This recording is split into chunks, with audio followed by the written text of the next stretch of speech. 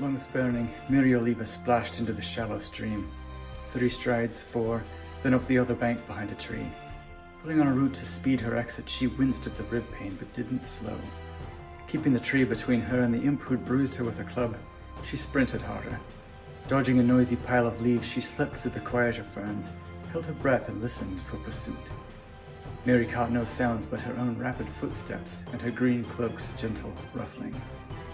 She drew a deep breath after the pause and ducked a low branch, while the barbed arrowhead she had no time to remove worked farther through the hard leather under her tunic. She ignored the pain behind her shoulder and hoped the imp archer had no skill with poisonous elixirs. Such hope was buoyed by their appearance and behavior. Miri doubted any creatures satisfied to clothe their short, stringy bodies with poorly stitched hides would have the patience to craft elixirs of any kind. Their language was crude and cruel. Their grins of pointed teeth were wicked.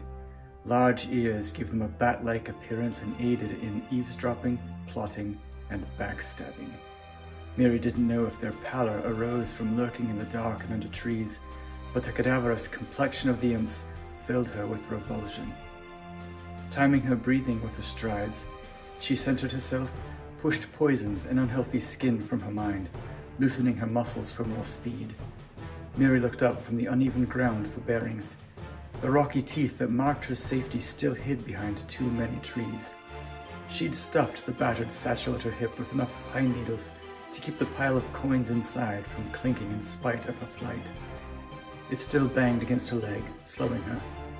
She tried to shift it without dropping her spear, but it didn't help. A whistling arrow sped past, but not from behind. There was a second imp archer to her left, intent on reclaiming what Miri had pilfered. Miri wouldn't let that happen. She had a job to do. She was too hungry to go unpaid. Her boots were worn, her shield was good for only 2 or 3 more blows, and she had nowhere to sleep but a leaky lean-to. The stony cliffs where hill spire villages awaited the return of their stolen wealth were still out of sight.